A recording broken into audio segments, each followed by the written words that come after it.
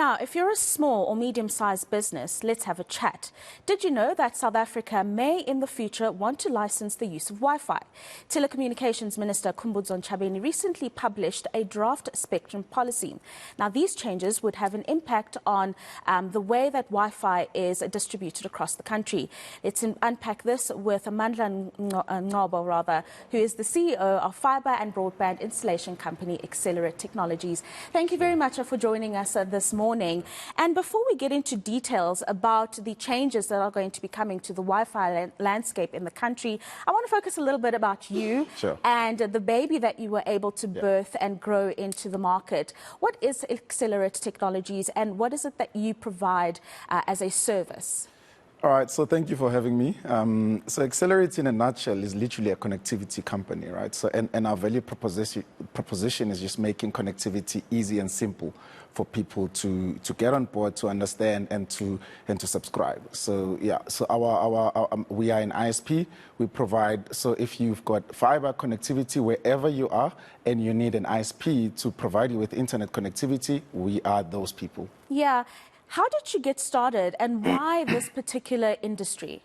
It was just through my personal experience, right, trying to get connectivity. So, I mean, my experience probably stems back in about 2005 when I tried to get internet connectivity, and I would have to apply through a myriad of service providers, and they would tell me this is what you need to get.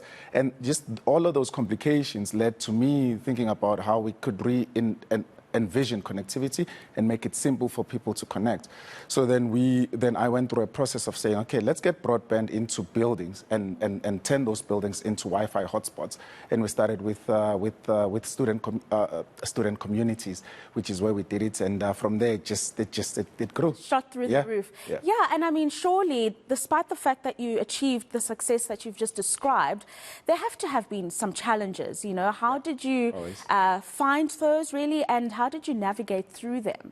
So challenges, yeah, we've faced a few. So licensing is one of them, funny enough, and it's a topic that we're going to talk about. But obviously, to do what I do, you need to have licenses. For you to sell internet connectivity to people, you need to be licensed. You need to be a licensed ISP. So you start doing it, and then you get stopped because they want to know, are you licensed? And then you have to apply. And then there's the funding issue as well. It's a very intensive business in terms of just getting the infrastructure in place, because you have to interconnect with quite a number of players. And, but I mean, so with me, it's something that I had planned for. So whilst I was working, I backed up enough cash to be able to transition into the business. And I basically deployed all of my savings into it. And it worked out. Yes. When did you make that decision to take the plunge and decide that you're going to quit your job, the safety of a salary at the end of the month, and focus completely on Accelerit? Yeah, I think I was pushed into making a decision. Yeah. All right. So, and I say that because what I was doing, I really enjoyed it. But it came to a point where I couldn't decide the next client. So I was in consulting. And in consulting, you move from client to client.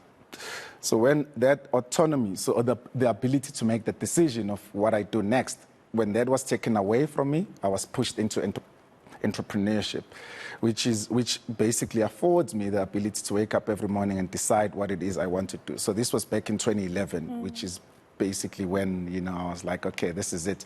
I'm gonna now go full steam into this venture and try it out. You're coming from a very decent salary into literally nothing. And all you're doing is you're deploying your savings, because you've saved all these years, 6, 7 years, you've saved up. Now you're deploying all of those savings into this new entity. Yeah, and you said you were able to break into the student communities because they need connectivity. Yeah. But there are other bigger ISP providers across the country. So how difficult for you ultimately was it to penetrate and sit comfortably within the market?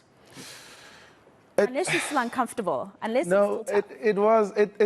remains tough. And I mean, with every passing year, I think people think that, when you see it happen, when you see someone come to you, so you apply for internet, someone comes and installs a router, you get connectivity, you think, this is simple, I can do it.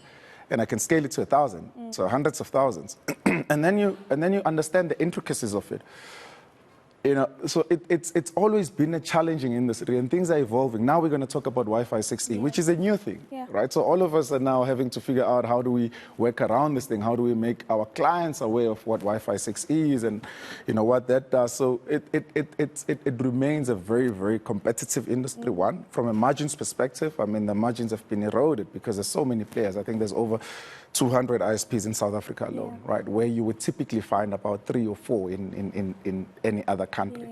So it is heavily, heavily competitive, remains challenging, and then you get the licensing regime changes, and that makes it even more challenging. Yeah, let's get into those licensing regime changes that have been announced by Minister Khumbudzo Ntshavheni. It's currently out. Commentary is set to come out around it. Explain to us exactly what this is. Does this mean that me as an individual will have to apply for a license to use Wi-Fi? What does Wi-Fi 6 mean? Just break it all down for us in layman's terms. All right, I'll try. So what it basically means is that right now you can connect your router at home. You can buy any router and plug it in at home, you connect your devices onto it, and you've got internet connectivity. That's not going to change. Okay. So you as an individual user are not going to be impacted by it, right, in the sense that you don't have to have a license to use Wi-Fi. So it'll remain free. However, for internet service providers, so the same Wi-Fi that gets connectivity from, let's say, that laptop to my phone here, we also use it for backhaul. When we say backhaul, it means for connecting the studio to Cape Town and ultimately London. So that's backhaul. And that's currently done through fibre. Now, if we do it on wireless, it was done predominantly on wireless, but it became congested. When I say congested, it means then we started seeing a lot of phones having internet connectivity, wireless internet connectivity, which means on the same highway, which is the spectrum, essentially, on the same highway, now you've got a lot of devices. No space, No space. Yeah. Then people had to offload that traffic onto fibre networks. Right, so now that's going to change, because what it means is that there's going to be a certain level of protection. So we will say that the first part of, so Wi-Fi 6E is about 1.2 gigahertz. So don't let that confuse you. So let's just say it's a bucket of, that's 1,000 liters. So of the 1,000 liters, the first 500 is going to be allocated for the devices to use. So your devices are going to use that unlicensed. So you're not going to have an issue. So it's just additional highway space that you can use without needing a license. The first 500, so the first half. The other half might be licensed, which means it gets protected, right, for the guys that are using it for backhaul, so internet service providers. Now, we can send our traffic inter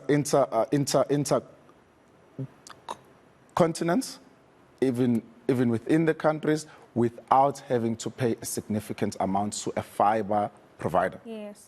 Right. So what it then does is it makes it cheaper for me to deliver internet to you. Then you can get cheaper services. Okay, so it's a very interesting landscape that's changing, seemingly in the positive sense. Let's get back to you as we wrap up our conversation. What are the prospects for the business going forward, and really just employment opportunities that you've been able to create? Yeah, so I mean, we started, so, you know, as bad as COVID was, it was in some respects an opportunity, right, for us to really, because our business saw a significant growth during COVID, because people had to work from home. We needed it, yeah. You need to work from home, so your home becomes your office. I think everyone was dialing in, and you know, so we saw significant growth, but with that we needed to employ people. So then we grew from, you know, pre-COVID, I think we were about 15 people to about over 50 now that we are. So from a growth perspective, and we haven't seen that sort of taper down, so which is a good thing, because it means that people see value in what it is we offer, right? So if you need an internet service provider, you would want to try us out, because people do see value in the sense that, you know, once you're connected, it doesn't end there for us. You know, we want to know, you know, what it is else that you need that we can assist you, we can assist you with, because we understand that home internet connectivity is no longer just home internet connectivity. Unfortunately, we have to treat it as a business internet connectivity. So yeah, so from that perspective, I think you know, the growth has been good. We do want to take on more people, and we continue employing people. We continue growing. Right now, we're going through a transaction which will see us probably more than double what it is, what we're doing now from a turnover perspective, and also from an employment opportunity perspective. So we urge people to please apply. Go on our website, apply careers@accelerit.co.za. We are looking for ambitious young people.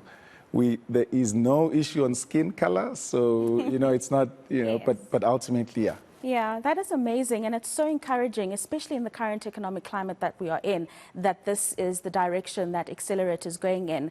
A final thought from you. Anyone watching who is an entrepreneur and they're struggling or are thinking about quitting their job and starting a business, what kind of advice would you give them? If you're struggling and you're thinking about quitting your job, so think about what it is that you're really passionate about. So don't chase money. That's a mistake a lot of people make. That's a mistake a lot of people make. Yeah. So they'll say, okay, there's money in this industry. And even like a university perspective, people will go and study because, XI pays, people get paid a lot, XI, so I'll do XI.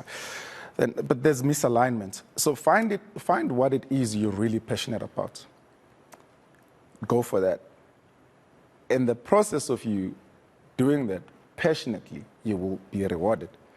So, and I made an example the one day, which was the reason why I think a lot of things sort of aligned.